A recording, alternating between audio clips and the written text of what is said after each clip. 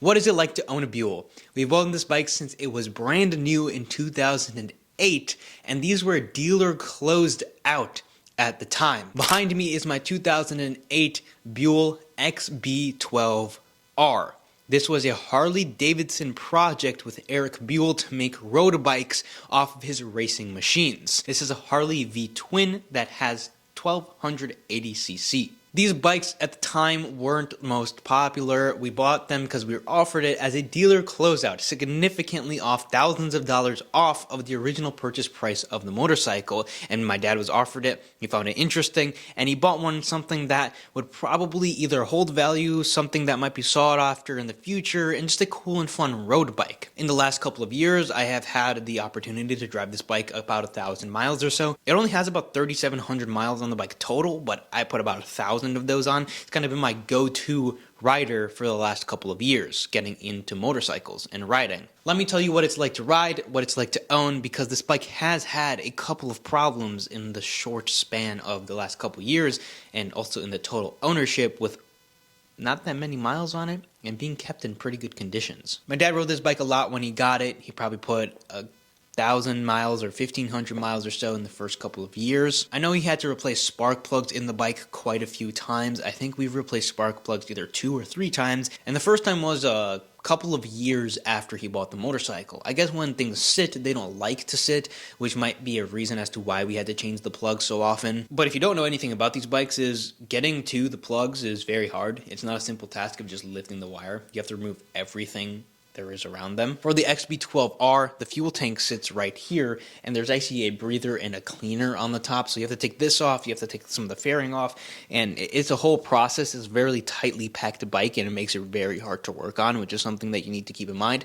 If you're planning to do the work yourself to one of these bikes, you're going to have to be very patient with it, because it is not easy to access everything. It's not super hard to take it all apart, but it is pretty time consuming. So some of the first things that he had to do were the spark plugs just a couple of years after ownership. Then he rode the bike a little bit more, and the bike did sit, unfortunately, for a few years. And by sit, I mean it maybe got fired once or twice, maybe 3 times a year, and rode a couple of miles here and there, but really it didn't get all too much mileage, which is one of the reasons why it only has about 3,500 or 3,700 miles on it at this point in time. It was rode on and off for a couple of years, and then once again, he started having sputtering issues. The bike would only fire in one cylinder, sometimes fire on both cylinders, and this problem occurred and was prevalent for 3 or 4 years. Turns out, after not getting ridden all too much and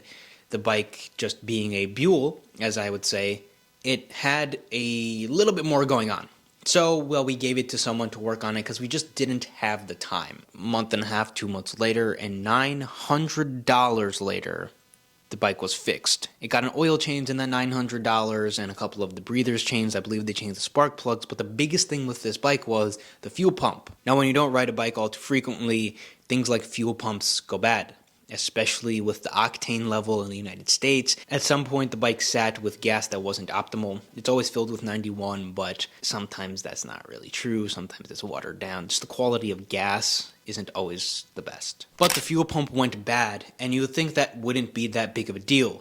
But it was a pretty big deal, because one of the biggest problems with Buell is parts are no longer available. They stopped manufacturing the bikes in 2008. They recently started making Buells again, but they're different from what these are.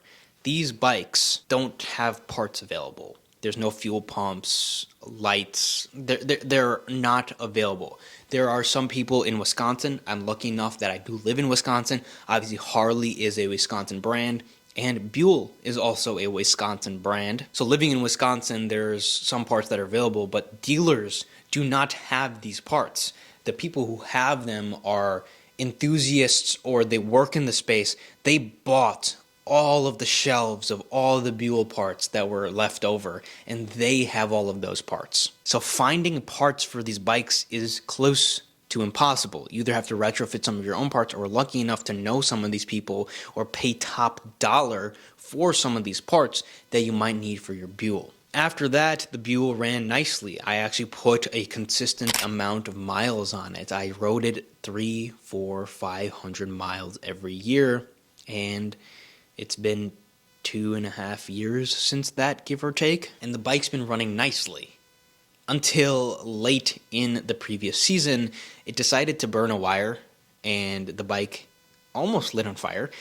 It was starting weird, and I noticed it, and eventually it just stopped starting altogether. I almost got stranded at a gas station. I came back home, and I was staring at the bike, and I realized that the connector on the side here was just all melted. And that's the most recent problem with the bike, and I suspect as I continue to ride it, more things like that are going to arise. I'm going to talk about the good in just a second. I've talked about the bad a lot, but parts aren't available, and just weird things will end up breaking from my experience. Things don't like to sit, I'm aware of that, and that might be one of the reasons as to why we're having some weird problems here and there. Talking about the riding, it's a very fun bike. It has a good amount of power. The position, I am a big fan of the seating position in this bike, being about 6 foot. It's very comfortable. It's not an overextended reach, but it's also not straight up.